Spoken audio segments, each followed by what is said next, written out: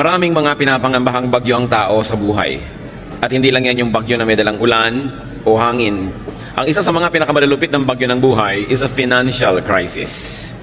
Yung dumating ang sobrang pangangailangan mo ng pananalapi pero wala kang magastos, wala kang mabunot o mahanap.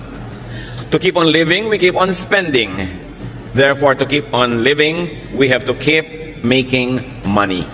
Dapat ang tao lagi naghahanap buhay, kumikita, gumagawa ng paraan habang siya ay kumakain, gumagastos, at gumagamit ng maraming mga pangangailangan.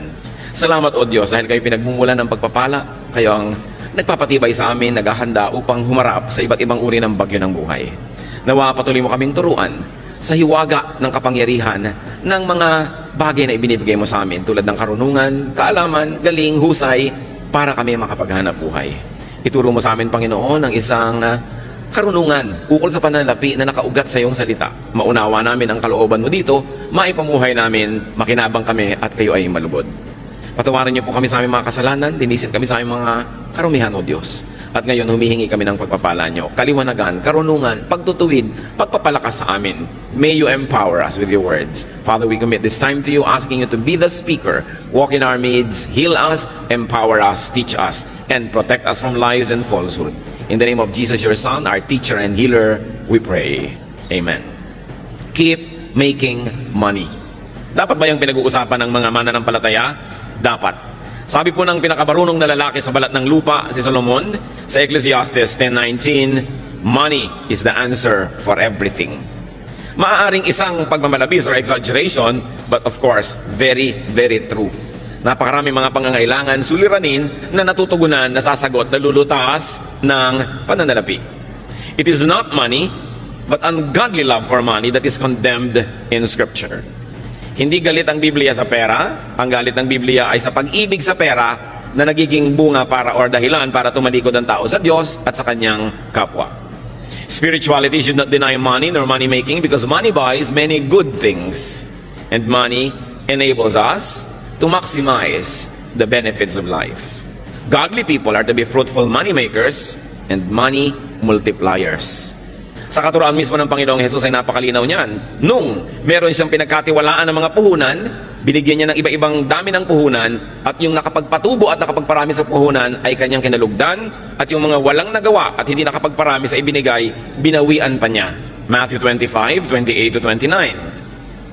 Sabi ng Panginoon, take the talent from him, from that who did not make it more, and give it to the one who has 10 talents. For everyone who has will be given more, and he will have an abundance. Whoever does not have, even what he has will be taken from him. Mula mismo sa bibig ng Panginoon, yun daw meron na dadagdagan pa, at yung wala, babawian pa ng konting-konting nasa kanya na nga, kung hindi niya pinaparami, kung hindi niya sinisinop. What is the profile of a good money maker? Ano po ba ang mga katangian ng isang makadiyos na nagpaparami ng pagpapalang ibinibigay sa kanya at ipinagkakatiwalaan ng Diyos? Mostly, we will get this wisdom from Proverbs 31. A good money maker works with her own hands. Dito ay dinidescribe yung isang babaeng uliran.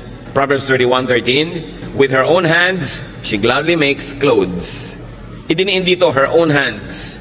Ang isang tao nga asenso at dadami ang pagpapala, siya mismo gumagawa, siya mismo nagtatrabaho, hindi niya iniaasa sa iba. Ang kaya niyang gawin, lalo yung area na magaling siya sa paggawa. Verse 22, she does her own sewing and everything she wears is beautiful.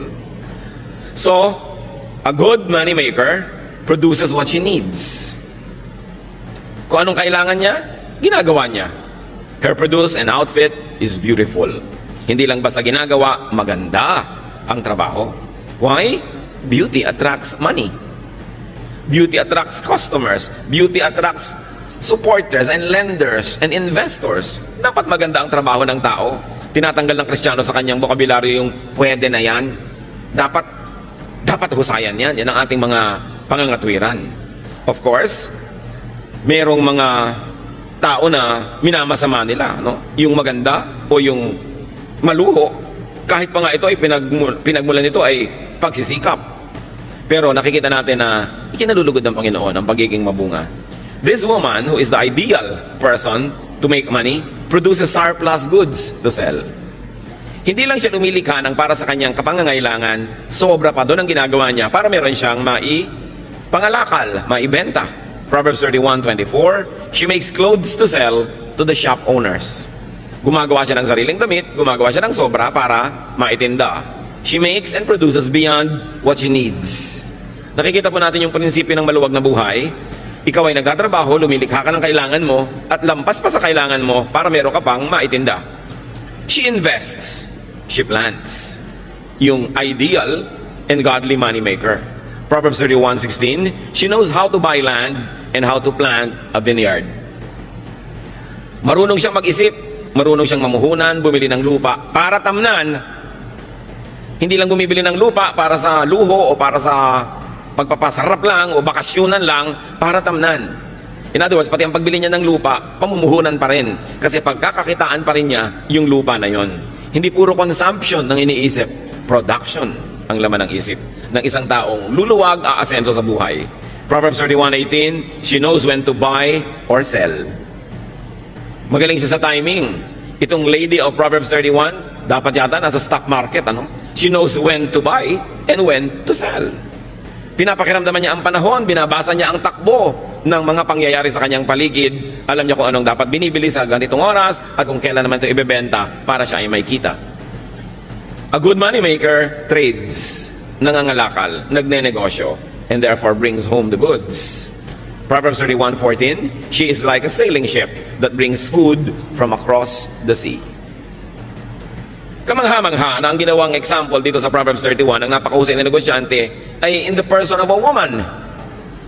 Samantalang male-dominated yung society noon. Nakikita nyo rin ang attitude ng maraming Bible writers and prophets about women. That women, just like the men, are to be productive and must be allowed to be productive. So, pagka inuuwi niya ang mga kung ano-anong mga bagay-bagay na para siya isang barkong na tumawid dagat at nangalakal, syempre ang uwi niya the best. Iba-ibang variety, the best of every land, the best of every culture, na-enjoy niya kasi marunong siyang maghanap buhay. She works hard. Ito ang luluwag sa buhay, marunong magsikap. Proverbs 31:17, and she always works hard. And verse 18, she stays busy until late at night. Verse 27, she is never lazy. Nakita niyo po ang pinagkakaubusan ng panahon ng babaeng ito, pagsisika, pagtatrabaho, kahit gabi na. Nangangalakal siya sa araw, lumalabas ng bahay, nagtitinda, nangungulekta ng kanyang mga tubo. At sa gabi, pagdating niya sa bahay, may ginagawa pa siya. Nananahi, nagsusulse, gumagawa ng mga maititinda, hindi siya tamad. Marami mga tao nagtataka at nagreklamong mahirap sila, ay ubod naman ng tamad. Batugan with a capital B. Pagkatapos nagtataka kung bakit siya mahirap. Kung bakit pag may sakit siya, wala siyang pambili ng gamot. Kung bakit pag gusto niya magpakamatay ay nilaso na hindi niya mabili. Wala naman siyang ginagawa sa buhay niya. Nagtataka pa siya. So nakikita po natin ng ideal person na ito ay merong sobra na production. Hindi yung sa kanya lang, kulang pa. Ang tao habang nabubuhay, liban na lang sobrang tanda na, o sobrang bata pa, o sobrang mahina dahil sa kasakitan, ang tao dapat naghahanap buhay, kinikita ang kinakain niya. Hindi yung wala ka namang kinikita, nag-electric fan ka pa matulog. Hayaan mo nang pawisan ka. Di ba?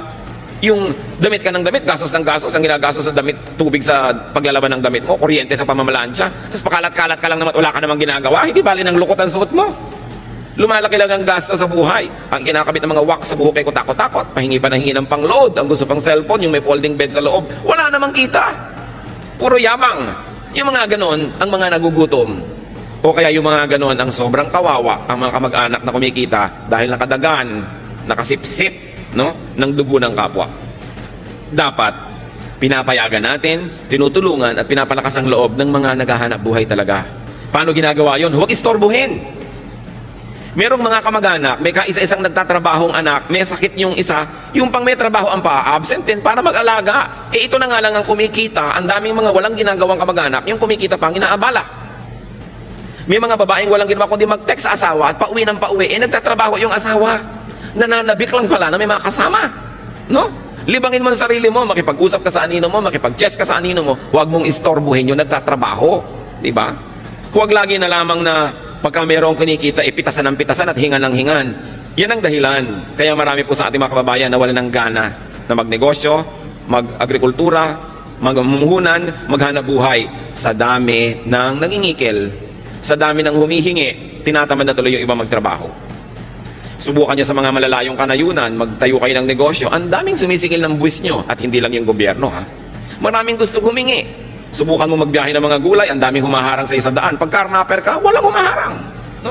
So napakaraming pabigat at pahirap sa mga gustong maghanap buhay. And many of our countrymen get demotivated na maging productive sila sa buhay. Parang sa mga kamag-anak din, nakakatakot umasenso dahil sa dami ng kakapit sa iyo, lulubog na kayong lahat. Napakahirap magpakita ng konting kaluwagan kasi marami agad mangungutang. Ang trabaho tuloy ng iba kahit meron daing ng daing, kunwari maraming problema sa takot, nahingan sila ng mga walang hanap buhay. Balikan natin itong babae na ito na kinakatawan din ng sino man, lalaki man yon, na marunong maghanap buhay. She is positive. Sabi ng Proverbs 31:25, she is strong and graceful as well as cheerful about the future. Yung cheerful about the future is translated by other versions as she can laugh at the days to come. Magaan siyang kasama, ng palangiti, maganda ang bukas ng mukha, at maganda ang pananaw tungkol sa kinabukasan kasi may naipon. Strength, grace, and cheerfulness are her hallmark. Why? Because she has enough. And not only that, those attributes are also attractive in business. Siyempre, ang gusto mong kadil sa negosyo ay yung masarap, magaan. Hindi yung lagi na lamang parang dinadagan na ng mundo ang problema niya. Ayaw mong nasa paligid ng ganitong tao. Hindi ko alam kung ba't may mga tao ang hilig-hilig dumaing. Samantalang ayaw mo naman siyempre sa taong paladaing, iniiwasan tuloy sila ng mga tao, lalo silang nawawalan. Definitely, this wonderful woman was not a complainer. Hindi siya reklamadora. Proverbs 31:26, her words are sensible and her advice is thoughtful. If you're going to attract income, if you're going to attract business, if you're going to attract good things into your life, you must have good sense, intelligence, and sound advice comes from you. Kasi magandang dagdag yun sa pagkatao. Sino ka ba naman para iwasan ng isang kanegosyo, kasosyo, o kaya binibilhan mo o binibentahan mo na bukod sa maganda ang produkto, maganda pa ang pagkatao at magaan kasama, masarap makita. Kaya lalong nilalapitan ng grasya. A sensible and a good moneymaker gives to people. Hindi niya sinosolo ang pagpapala, she gives to people. Tulad ng nakita natin sa Proverbs 31:20. She helps the poor and the needy. Palabigay. Nag-aalala at nag-iisip sa mga kapuspalad. She gives to the needy and the poor. Sabi ng Proverbs 19:17, he who is kind to the poor lends to the Lord, and He will reward him for what he has done. Ang matulungin, maawain sa mga dukha, sa mga maralita at mga nagigipit, ay para daw nagpapautang sa Diyos. Papayagan kaya ng Diyos na may utang siya sa inyo na matagal? Siyempre, babayaran kayo agad ng Diyos at sobra pa, alangan namang siya pang may utang na loob sa inyo. So, pag nagbibigay ka sa mga kapuspalad, daig mo pa ang nagpapautang sa Diyos. Ibabalik niya agad. At kung hindi mo man maramdamang ibinalik, isipin mo na lang, saan mo namang kinuha yung ipinaluwag mo doon sa mahirap? Hindi ba sa Diyos din ang galing? Nauna na, baka na-advance. Yung mga iba nagsasabi, ba't gumagawa ako ng mabuti, wala pang ibinabalik ang Diyos? Baka naman na-advance na sa'yo. Naghahantay ka pa ng iba, nauna na palang ibigay sa'yo. Along with hard work, this is the best insurance against poverty. To be a good giver. Kasi pinapangako naman sa Biblia, lahat ng tanim may ani. Kung hindi man sa exact person na tinulungan mo yung ani, may ani yan sa iba. O kaya kahit wala ka pang anihin, saan mo naman kinuha yung tinanim mo? Again, na-advance na yon. A godly moneymaker is a good giver. You make a lot of money not only for yourself, but so that you will have much to give away. Very, very godly purpose. Also, she gives to or pays the deserving. Lagi tayong nag-iisip to give to the needy. Nakakalimutan natin to give to the deserving, or at least to pay the deserving. And this woman pays her production partners. Hindi lang sa needy. Marunong siyang magbayad sa trabahador. Marunong siyang magbigay ng parte sa kanyang mga investors. Hindi niya sinosolo ang kita. May mga tao nabibigyan ng Diyos ng pagkakataon na kumita, pero sinosolo. Kanila lang nababawian tuloy. Mayroon naman hindi marunong tumanaw ng utang na loob, hindi malang magsukli doon sa mga tumulong sa kanila, nagbukas sa mga pinto, nagbigay ng pagkakataon o namuhunan, tumatalikod, nababawian. Ang pinakauna natin dapat na inaasikasong bigyan, yung mga kasama natin sa hanap buhay. Kung kayo ay namumuhunan, edi yung mga trabahador nyo, mga tauhan. Deuteronomy 24:15, tungkol sa pagbabayad ng trabaho, pay him his wages each day before sunset, because he is poor, and he is counting on it. Otherwise, he may cry to the Lord against you, and you will be guilty of sin. Pag pinagtrabahuhan na, bayaran na. Lalo at arawan, yung manggagawa o lingguhan, huwag nang pinapatagal pa. Nakita nyo ang kawawang si Sisa sa No Limit Tangere? Nagpuyat para manahe. Nung kanyang i-deliver, hindi nagbayad ang donya. Saka na lang daw, dahil ayaw niyang bumangon mula sa silyon. Samantalang napagtrabahuhan na ng tao. Galit ang Diyos sa mga namumuhunan na hindi nagbabayad agad sa kanyang mga trabahador. James 5:4, look, the wages you failed to pay the workmen who mowed your fields are crying out against you.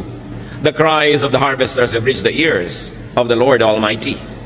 Ganoon, ang mga daing ng mga kapuspalat na nagtrabaho na hindi pa binabayaran, nakararating sa langit at sila ibinabawi ng Diyos. Ang mahusay maghanap buhay, mahusay magbayad ng kanyang mga trabahador.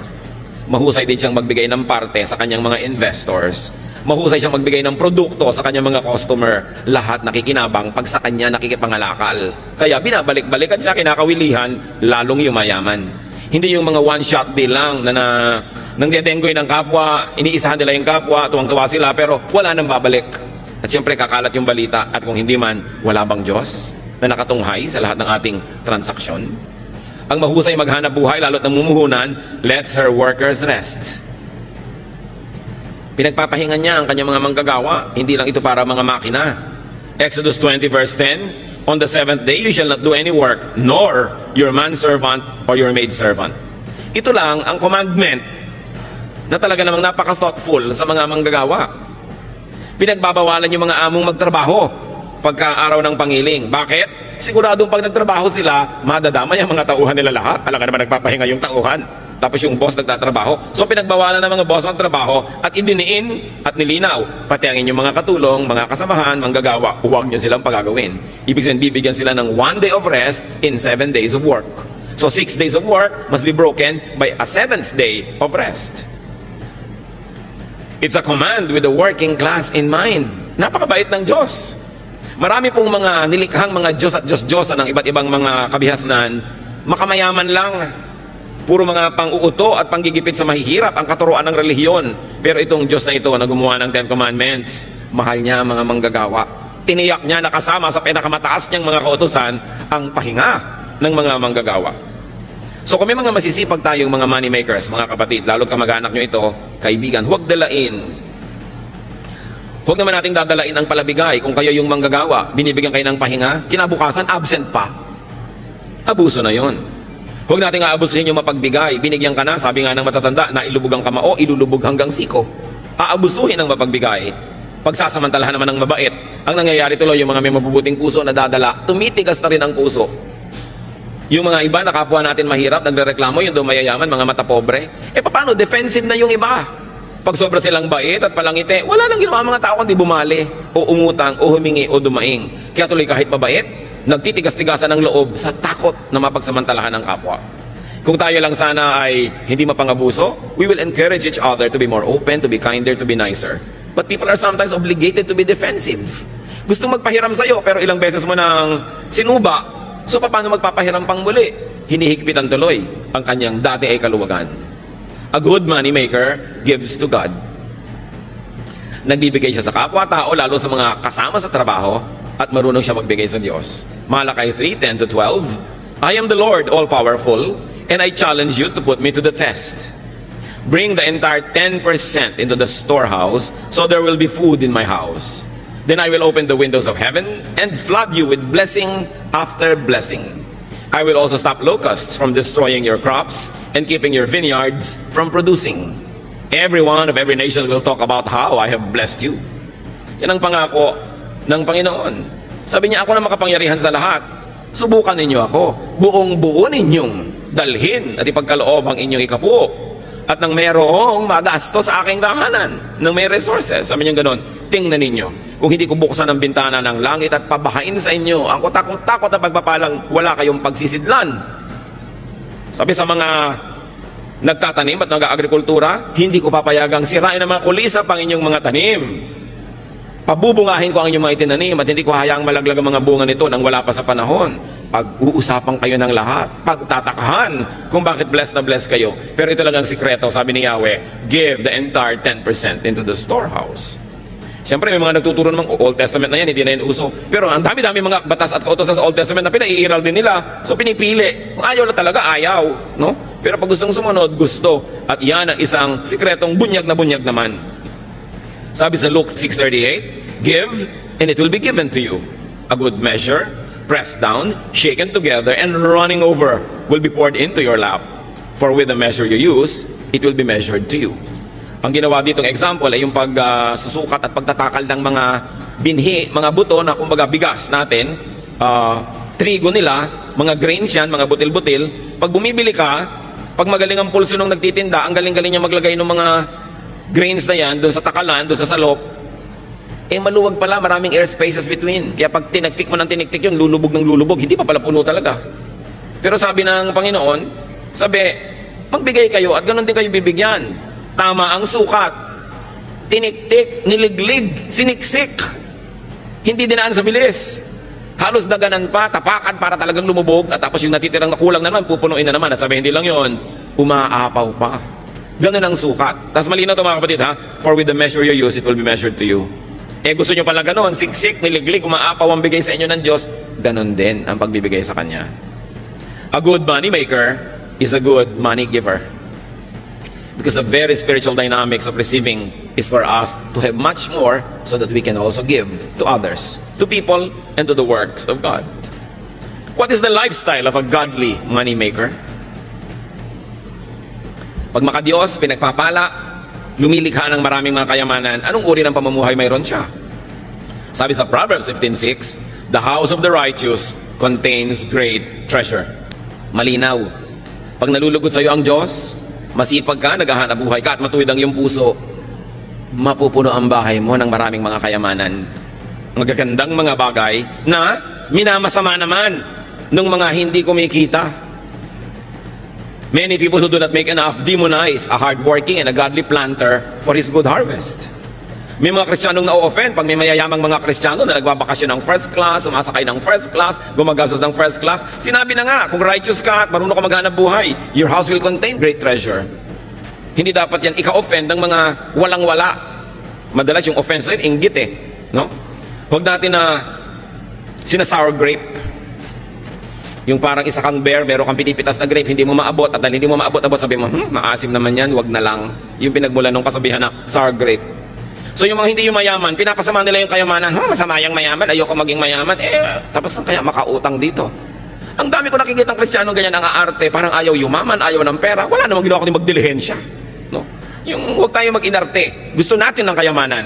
Ngayon, kung ayaw nyo maging masama, di pamigay nyo. O kaya huwag nyong kitain sa masama. Pero mabuting maraming kinikita, ayaw mo manggastahin, may pamimigay ka. Nakakasama ng loob yung may lumalapit sa'yo, nangangailangan, wala ka malang mayabot. So make a lot of money. What is the lifestyle of a godly money maker? She is comfortable, secure, and cheerful. Proverbs 31:21, her family has warm clothing and she doesn't worry when it snows. Pag dumadating yung taglamig, lalo doon sa Israel na may yelo, may snow sa ibang bahagi, syempre walang inimpok ni nervyos. Wala kang pagkain sa bahay, tapos may bagyo. Sabi, babagyo, 3 araw, 5 araw, wala kang bigas, nakaka-nervyos talaga yun. Diba? Pero sabi, itong kinalulugdan, masipag, matyaga, mahusay ang mga style, wala siyang pinapangamba naman yung weather. Ngayon, bago tayo malito mga kapatid, may mga makadiyos, masipag, wala pa rin pera. No? Dapat nating isipin kung bakit. Bakit? Kung makadiyos ako, masipag ako, bakit? Wala pa rin ako. Kasi kadalasan yung pinagsisipagan natin, kahit 1,000 taong ka magtrabaho doon, hindi ka naman talaga aasenso dahil sobrang liit ng kita doon. So you don't only work hard, you have to work smart. Titingnan mo, ito bang nakalagyan ko na ito na trabaho o profesyon ay maahango ako sa buhay kung masipag ako? Kung wala kayong nakikitang pag-asa, dead end yun, dapat lumipat kayo ng ibang magagawa sa buhay, be more creative, create more. Kasi maraming Pilipino masipag talaga. Pero yung pinagsisipagan nila parang dead end. Parang wala namang makikita kang asenso dun sa lugar na yon, maliban na lang maging creative sila and reinvent the profession or reinvent their style to make more money. Proverbs 31:25, this godly businesswoman, she is cheerful about the future. Yun yung pinag-usapan natin, she can laugh at the days to come. Sino ba ang pwedeng tumingin sa kinabukasan na may kasamang ngiti? E di yung may ipon. Lalo naman yung may ipon na patuloy pa rin kumikita. At ito ang challenge sa ating OFW phenomenon. Maraming kumikita, mababasa nyo sa dyaryo, buwan-buwan, bilyon na dolyar ang pumapasok sa Pilipinas. Pero marami naman sa ating mga OFW, matanggal sa trabaho, umuwi. After 6 months, gutom na naman. Paano marami doon sa pamilya, walang inatupag kundi gumasta. To consume and consume and consume. Remember this Proverbs 31 lady? She buys a piece of land to use it in agriculture. Para may kitain. Hindi yung bibili ka agad ng kotse. Pag may kotse ka, puro gasolina yan. Anong kita mo dyan? Puro gastos. Pag bumili ka agad ng bahay, edi gastos din yun. Lalo't inutang mo pa. Hindi isipin, paano kaya tayo mamumuhunan para tayo kumita, para kung umuwi na si OFW, patuloy pa rin tayo yung kikita. Hindi nakaasa tayo ng nakaasa sa sweldo, agad na agad, hindi pa nga kinikita, nauutang na, dahil walang ginawa ang pamilya, kundi mag-consume, consume, consume. We must produce. Lagi ko na lang sinasabi yung proverbial kawali and kalan. Bumili ka lang ng isang kawali at isang kalan na debomba, bumili ka ng isang piling na saba, lagyan mo ng konting asukal, iprito mo, banana Q. Yung kanina ay 50 pesos mo, magiging 75 o 100 pesos. Eh hindi ang iniisip ni Mrs. yung bumili ng kawaling 500,000 na isang set, yung pwede mo nang tirhan sa mahal. No? Kasi yung isang kumare niya, mas maganda rin yung kaldero doon. Wala ka namang mailuto. At napakarami ko nang nakitang ganyang kaldero na biglang nasa sanla pagkatapos. Ano? Dahil hindi naman masustain. Bibili ka ng ganun, sustainable ba? Kaya mo bang isustain na yan o hindi? Dapat ang iniisip nyo, naku, may pera ako. Ano kayong pagkakitaan? Taga Quezon ako, ang daming nyug dito. Sinusunog lang nila yung mga bao-bao, tapos itinatapon. Ba't hindi ko bilhin yung uling? Dalhin sa Lucena o sa Santa Cruz at ibagsak sa mga tindahan doon at maging uling queen ako dito. Or uling king. Ang dapat nyo laging iniisip mga kapatid, paano kaya tayo magkakapera? No? Hindi yung sino kaya mautangan dito? Baligtad ang mga pinag-iisip ng ano kaya ang mabili? Hindi yung ano kaya ang ma-produce? Nakita nyo yung babae, nananahipan ng mga bagay-bagay sa kanyang bahay, gumagawa pa ng mga belt, mga buckles, itinitinda. Eh siya na nga yung mayaman. Maraming mga OFW, pag pupunta sila doon sa Middle East, may galing ng mga kung ano-anong goods galing dito, ititinda doon. Pag uwi dito, may tinda-tinda. Marurunong. Naiinis naman yung iba, mukhang pera yan. Lahat na lang business. Dapat. Pupunta kayo sa isang probinsya, magbabakasyon kayo doon, ba't hindi kayo mamakyaw ng kung ano-anong mga goods dito, ibenta nyo doon para yung pamasahin nyo man lang, mabawi nyo. Ang dami-dami po sa ating mga probinsya, mga kapatid, nabubulok ng mga prutas, nalalaglag ng mga santol, mga duhat, nalalaglag ng mga dalandan, kung ano-anong naglalaglagan, wala man lang kumukolekta, samantalang sa Maynila at sa iba pa mga cities, ang mahal-mahal. Hindi lang kasi nagtutugma yung production at saka yung consumption ng mga tao. It's about distribution. It's about attitude. Kailangan ng mga tao, palitan yung attitude. Kung nagsasawa ka na sa hirap, palitan mo ang paraan ng pag-iisip. Kasi kadalasan yung paraan ng pag-iisip at pamumuhay natin ang nagpapahirap sa atin. Kasi marami naman tayong kapwa mahirap at umasenso na iba ang pag-iisip nila. Nag-iba ang pamamaraan. Hindi magic yon. May formula yan. Nag-iisip ka lagi ng hanap buhay and you are willing to break your back to earn your days of pleasure. Challenge yan sa ating OFWs. Kumikita, nagkakaroon ng pagkakataon, dapat ang pamilya hindi puro gastos. Kung hindi man kayo makasave, mag-invest kayo kahit paano. Because a job contract abroad is not forever. Meron niyang wakas.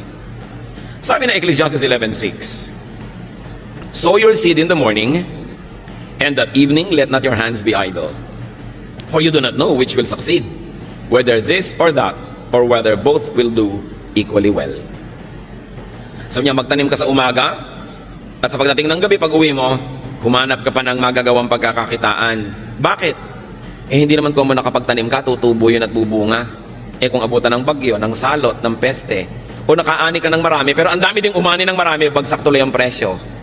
Sabi, hindi ko man nagtanim ka na, aasahan mo na yon. Gumawa ka pa ng iba.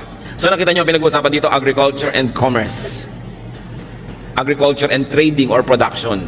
Ang dami nating kababayan, ang sisipag, mga magsasaka talaga, pero ba't hindi naaahon sa hirap? Eh kasi yun lang sakang inaasahan. Pagkatanim, lasigan na ng lasigan hanggang anihan. Chismisan ng chismisan hanggang anihan. Eh kung may dumating na bagyo, nasalanta ang goods mo, hindi nakatunganga ka. Yun po mga ifugaw. Pagkatanim nila sa mga rice terraces, ang mga lalaki, umaalis sa kanilang bayan, namamasukan kung saan-saan, sa mga mina, sa mga pagawaan, sa mga patrabahuhan. Yung mga babae naman, nagwiwip ng mga basket, ng mga tela, para hindi sila nakatunga nga lang naghihintay ng harvest. May iba silang ginagawa. Kailangan lagi kang may ginagawa, kasi pag wala ka namang ginagawa, papalagay ka lang sa chismis, o bingguhan, o kung ano-ano. Kailangan ng tao may ginagawa. Work day and night. Now, don't be too literal. Work whenever there is an opportunity to make money. And then diversify. But not too much. Marami nag-diversify. Yun ay kinabagsak ng negosyo. Sobrang diversified. Hindi na nabantayan. But there is one rule. Don't put all of your eggs in one basket. Ang dami-dami yung itlog. Nasa isang basket lang. Kung natapakan ng elepante, hindi durog lahat. Dapat iwahiwalay. So hindi lang kayo umaasa sa isang trabahador na manggagawa, tapos lahat kayo nakatunganga. That's putting all of your eggs in one basket. Hindi lang nyo ilalagay sa isang bangko yung pera nyo kung marami.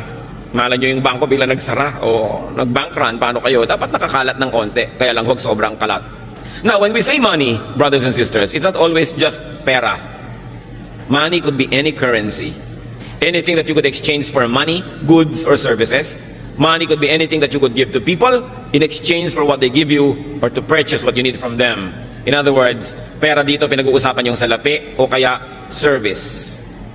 Kung minsan wala kang perang pambili ng gusto mo, pero may dalawa kang kamay, may paa ka, may katawan ka, pwede mong kitain yung gusto mo sa pamamagitan ng paglilingkod. Gusto mong kumain, tapos mamalimos ka, bakit hindi ka tumanggap ng labada? Bakit hindi ka kumatok sa bahay-bahay? Meron po ba kayong papalabhan? Meron po ba kayong kotseng pahuhugasan? Meron ba kayong ipalilinis sa garahe? Diba? Meron ba kayong mga tulya at talabang gusto yung tanggalan ko ng putik? Maglingkod kayo, huwag kayong manghingi. Ang nanghihingi lang yung sobrang matanda, sobrang bata o may sakit. Pag nagtatrabaho ka, you earn your keep. So work. Marami pa po mga kapatid, yung nagbibigay ng magandang payo o guidance, trabaho yon. Kayo naman nagpa-counsel, huwag kayong magmaang-maangan, magregalo naman kayo sa counselor. No? Pag bumupunta nga kayo sa psychiatrist, ang mahal-mahal ng bayad nyo. Pagka mga pastor yung nagka-counsel, TY. No? Samantalang binuntunan mo na kung takot-takot na problema, hiningahan, nagpadalangin ka pa, nag-fasting pa para sa iyo yung tao. Samantalang ni isa man lang chiko, wala kang dala. Kayo nga nagpapa-counsel, huwag kayong dumadating ng wala ni bit-bit ni ano. Di ba dahil kuminsan yung counselor nyo, sumasama na rin ang loob dahil iniisip niya, hindi man lang ako naalala, hindi man lang ako naiisip, parang baliwala ang ginagawa ko. Kailangan thoughtful kayo. Yung mga tao nagbibigay sa inyo ng inspiration, encouragement, even entertainment or companionship, dapat may sukli. So kung halimbawa, wala talaga kayong kapera-pera, meron naman kayong may kayang kamag-anak, sabihin nyo, o ano, gusto mo ba samahan kita sa mga biyahe mo para hindi ka nag-iisa, hindi ka naiinip, may taga-abot sa iyo ng portal, pag masakit ang ulo mo. So, merong kapalit, hindi ka lang hingi ng hingi. Maraming tao po gumagawa sa atin ng mabuti, lagi tayong ipinapanalangin. Currency yun, dapat suklian nyo rin sila. Papray ka ng papray, tas wala ka malang binibigay ni ano. Diba? Pag-pray nyo ko, lahat na lang ng problema mo, itatambak mo, ite-text mo, i-email mo, tapos wala ka man lang maibigay ni Guyabano. Kailangan marunong ka kasi laging exchange ang buhay. Marami po sa atin nagdarahop kasi hindi tayo marunong magbayad. Kuha lang tayo ng kuha. Ayaw ng Diyos doon eh. Gusto niya laging marunong tayo magpalit. Kaya kung minsan sa atin nagtataka tayo, ano kaya ang dahilan ba't ang hirap ko? Baka kasi lahat din ng taong nadadapuan mo, pinaghihirap mo. Kaya bumabalik sa iyo yan. Hindi ka blessing sa mga tao. Kahit wala kang kapera-pera, may magagawa ka para sa isang tao. Nung pupunta po ako sa bahay nyo, sa shining ko lahat ng sapatos nyo dahil puro yata mga gasgas na yung mga sapatos nyo. O di may blessing kang nagawa sa tao. Hindi yung hihingi ka lang. Kahit kamag-anak mo, kahit kuya mo, kahit bayaw mo, nanay mo, tatay mo, meron ka dapat ipalit. Lagi. Hindi mo siya binibili. Gusto ng Diyos, nagpapalit tayo. Nagsusukli. Para kinakatuwaan ka at pag natuwa sa'yo, bukas, maalala ka na naman niya. Hindi pag nakikita ka na allergic yung tao, pinapantal, no? Dahil daig mo pa talaga ang allergy. Pag dumadapo ka sa tao, nahihirapan siya. You know, you can never run out of money or currency or barter goods. Magaling kang magluto. Bakit hindi ka mag-offer? Ipagluluto mo yung isang ginang na laging busy. O lulutuin mo sa bahay mo, de-deliver mo na lang sa bahay niya. Tapos, ang bayad sa'yo, o 1/4 ng niluto mo, di libre na yung pagkain yung pamilya. Hindi lagi kang nakatunganga. Ang daming nakatunganga sa bayan na ito. Kaya nagtataka pa na bakit mahirap yung bayan. Ang dami talaga nakatunganga. Hindi ka mawawalan kapatid ng pambayad o panukli o pambigay kung willing ka lang. Lagi tayong merong pwedeng ipalit. And remember, you could never be fruitless or useless, unemployed or idle if only you would decide to always make money. And that money is pera or services, anything na pwede nating ipambayad para makuha natin yung gusto natin, it's considered money. Ngayon, nasa katanghalian tapat kayo na inyong buhay, malakas ang kita nyo, take advantage of your best season. Para mga artista, may panahon na sikat, hot na hot property talaga, kita dito, kita doon. Pag hindi nag-ipon, pag hindi nag-invest, kawawa naman pag lumalaos na. Dumadating yung tanghaling tapat ng buhay natin. Dumadating din yung alauna, alas 2, alas 3 ng hapon, alas 5, 5:45, marapit na mag-orasyon. No? Dumadating yan. Dapat handa ka dyan. Dahil hindi naman surprise. Dahil darating talaga yan. So earn the most, invest the most, save the most. Sabi sa Proverbs, look at the ant. Yun daw langgam. Marunong magtrabaho. Pag panahon ng tag-ani at tag-araw, kolekta ng lahat ng maiuwi. Kasi darating ang tagulan na hindi na niya magagawa yun. So always ask yourself, ano ba ang mapagkakakitaan dito? Dapat gawin natin yun na pananaw. Maglaro kayo ng sungka. Sa mga naglalaro pa ng sungka, di ba lagi dapat may sube? O yan, magsusubi ka, tsuk, naglagay ka sa bahay mo. Hindi yung pwedeng ikot ka lang ng ikot, wala kayo nilalagay dun sa bahay. O, sube, ganun. Para meron kang naitatabi. Alam nyo, sabi nila, sabi na isang may doktorado sa anthropology, yung sungka daw, ang sinaunang computer ng mga Pilipino. Talagang taga-compute. May nagsasabi pa na yung abacus noon ng China, apo lang ng sungkahan. At meron pang nagpapatotoo na only in the recent past, maraming mga tindera sa probinsya gumagamit ng sungka pang compute ng mga sukle at bayad. Ang mga sinaunang Pilipino po ay mga negosyante. Hindi sila katulad ng mga sinasabi ng ibang ngayon na mga tamad daw. Mga negosyante, mga importer and exporter. At very good ang credit standing. Alam natin yung napakarami mga sasakyang dagat galing China, galing sa ibang bansa na dumarating dito para makipangalakal sa ating mga ninuno. At ang ating counting system, very elaborate ha. Sa bawat isang zero, meron tayong dinadagdag na salitang po, 10, 20, 30, di ba? Dagdagan nyo pa ng isang zero, daan. 100, 200, 300. Isa pang zero, 1,000. Dagdagan nyo pa ng isa pang zero, 10,000 na yon, laksa. May salita tayo dyan, laksa. Ang Greek culture, ang Hebrew culture, ang maraming cultures hanggang 10,000 lang ang bilang. Pero sa Tagalog, meron tayong 100,000, yuta. Meron tayong 1,000,000, angaw. At meron tayong 10 million, kati. Meron tayong 100 million, bahala. At meron pang 1 billion, gatos. Ang daming magbilang ng mga Pilipino nung araw. Diba? Talagang mahusay magbilang. At sinasabi nila, yung unang pera sa China, kauna-unahan, yung sigay, yung pangsuka natin na shell, dito mga galing lahat. Na napakalaki daw na mga kalakal yung sigay na yan na ine-export natin to China, kaya marunong magbilang yung mga Pilipino, kaya may sungkahan. No? Talagang mahusay mag-count. Nawala yon because of colonialism. Nung inangkin ng mga Kastila, ang mga lupain, pinagtatrabaho lang yung mga tao bilang mga kasama. Nagtatrabaho ka, hirap na hirap ka, sa iyo yung trabaho, doon sa may lupa na kumamkam yung ani. Kaya daang-daang taon na wala ng gana ang tao magtrabaho. Kasi kahit anong sipag ang gawin mo, mahirap pa na ang ending mo. So ba't ka na lang daw magpapakahirap? Pero dapat na natin baguhin yung pananaw na yon. Nakasama sa ating kabihasnan yung pagbibigay ng kalakal sa iba't ibang tao. Ikaw na lang yung taga-bili, taga-utang at taga-hulog. Kailangan marunong mangalakal. And as you grow old, continue being precious and useful and functional. Your goal, believer of God, is that you should be a lender, not a borrower. Magandang pangarap yan at magandang plano sa buhay. Planuhin yung tagapagpahiram, tagabigay, hindi mangungutang. Ano ang pangako ng Diyos sa bayang sumusunod sa Kanya? Deuteronomy 15:6. For the Lord your God will bless you as He has promised, and you will lend to many nations but will borrow from none. Isa dapat yung katangian ng makadiyos na masipag na pinagpapala, nagpapahiram pero hindi nang hihiram. Nagbibigay, hindi nang hihingi. Yan ang magandang goal. Hindi yung paggising sa umaga ang hinahanap sinong madidilihensyahan. Mga manginginom na iinom lang ng alak humihingi ng kontribusyon sa dumadaan. Ba't di nyo inumin yung tubig sa kanal? Wala pala kayong pambili ng alak. Di ba? Puro pabigat sa kapwa ang iniisip. Mga kamag-anak na pagka may party, mag-iinuman, tapos lahat ng kamag-anak ko hihinga ng pambili. Mga ugali na nagpapahirap at nagpapalala sa mga kanser ng ating lipunan. So huwag yung sino kaya ang mautangan o mahingan. Kung kayo mga bata pa hanggang ngayon, mga magulang na bata pa, magplano kayo na pagdating ng panahon, hindi nyo kailangang umasa sa bait ng inyong anak o manugang. Iplano nyo rin yun. Pero yung mga ating mga tatay at nanay na tumanda na nung araw talagang binibigay mo lahat, inaasa mo sa iyong mga anak, aba yung mga anak na yan, dapat talagang top din ang inaasahan sa inyo. Itaguyod ang mga magulang who gave you everything. Pero yung mga nagsisimula pa lang ngayon ng mga maging magulang at bata pa, hindi kayo nakakatiyak pa, itataguyod kayo ng mga anak. Dapat meron kayong isinusubi, kumbaga sa sungka, para rin sa inyong sarili. Kung minsan ang bait-bait ng anak nyo, ang napangasawa, masama ang ugali, o paano yun? Kailangan, hindi mo iniaasa ang iyong pagtanda sa kabaitan ng iyong kapwa, anak mo man yun o manugang. Pero sa mga matanda na ngayon, uso talaga nung unang panahon, lahat binibigay sa anak. Kaya yung mga anak ngayon, matatanda na magulang nyo, tangkilikin nyo sila ng gusto. Ang aking payo ay para doon sa nagsisimula pa lang, ng mga bata pa, pwede pa kayong gumawa ng paraan para magsubi. Kailangan meron kayo nakatabi sa sarili. Kung pwede kayo may mga insurance policies, meron kayong mga health insurance, para kung nagkakasakit kayo, ang inaatupag nyo lang paano gumaling, hindi yung paano magbabayad. Malakas magpalala ng sakit yung mga bills. Kaya kailangan pinaghahandaan. Sa mga tumatanggap naman ng support, be grateful and thankful and expressive. Don't abuse. Do not choke your helper. Huwag dalain.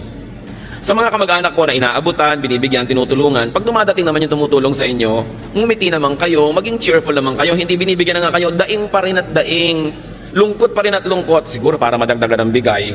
Pero ang nangyayari tuloy, nawawala na ng gana yung umuuwi sa inyo dahil wala ng pleasure. Magagastusan na, makakarinig pa ng problema, mga sumbong, mga daing, kaya kumisan ayaw na tuloy kayong uwian. Nagtataka yung mga ibang magulang, ang lapit-lapit naman, anak ko, may kotse, ba't kaya hindi madalas dumalaw? Masarap ba kayong dalawin? Siyempre kailangan, kahit anak nyo yun, nasasarapan din naman siyang dumalaw, hindi puro problema, bigat. Kasi kung minsan sa kanyang office, sa kanyang negosyo, sa kanyang trabaho, sa pamilya niya, sa asawa niya, ang dami na rin niyang problema. Pagdating naman sa inyo, problema na naman. Kailangan, pleasure tayong puntahan because there's a basic human nature. Anything pleasurable, we like to repeat. Anything unpleasurable or painful, we avoid repeating. So pag lagi kayong dinadalaw, alam nyo na yun, masarap kayong puntahan. Pag hindi kayo naaalala at pinupuntahan, baka hindi masarap na karanasan.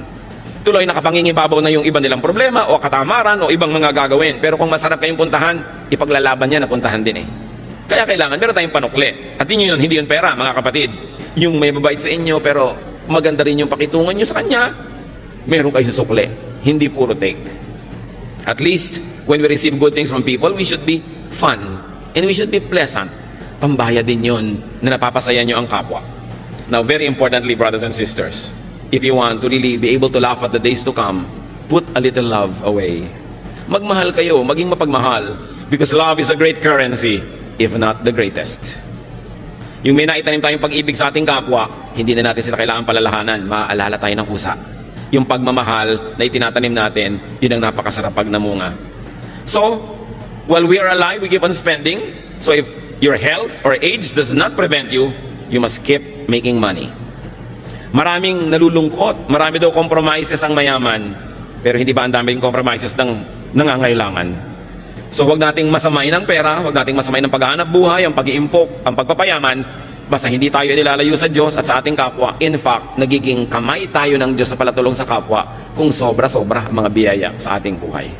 Ama namin sa langit, turuan niyo po kami na siyasatin namin mga sarili, suriin namin sarili kung bakit kami ay maluwag o mahirap, kung bakit kami ay yumayaman o nagdarahop, kung bakit madaling dumating sa amin ang mga biyaya o hirap na hirap dumating. Ituro niyo sa amin, Panginoon, kung may mga gawa kami, ugali, pamamaraan na sumisira sa aming kayamanan, sa aming pagkakataong mag-impok. At nawa ang ugali namin patuloy naming baguhin. Magbabago kami sa inyo para maging mahusay kaming maghanap buhay, mahusay mag-impok, mahusay magparami ng mga blessings na ipinahihiram nyo sa amin, mahusay magbigay sa kapwa at sa inyo, at mahusay din naman kaming magbigay ng gantimpala sa aming mga sarili, sa aming mga kapaguran. Turo mo sa amin, Panginoon, na yung bagyo ng financial need can be avoided or minimized kung nabubuhay kami ayon sa iyong kalooban. Magbulay-bulay tayo mga kapatid, sumandali. Pasalamatan ng Panginoon sa bawat isang tumutulong sa atin financially o nakatulong, baka naman nakatulong na, nilimot, magbayad-bayad tayo at magsukli-sukli ng utang na loob. At huwag din nating kalimutan na magtanim naman sa iba, magtanim ng pag-ibig at tulong, because hindi natin alam kung kailan tayo naman ang mangangailangan ng habag ng ating kapwa. Ama, sa amin kung sandaling pananahimik, kapiling kayo, ituro nyo sa amin ang mga praktikal na bagay para lalo kaming gumaan sa buhay, lumuwag at makapagbigay pa kami sa aming kapwa at sa iyong gawain. Father, speak to us powerfully as we spend some time with you in silence.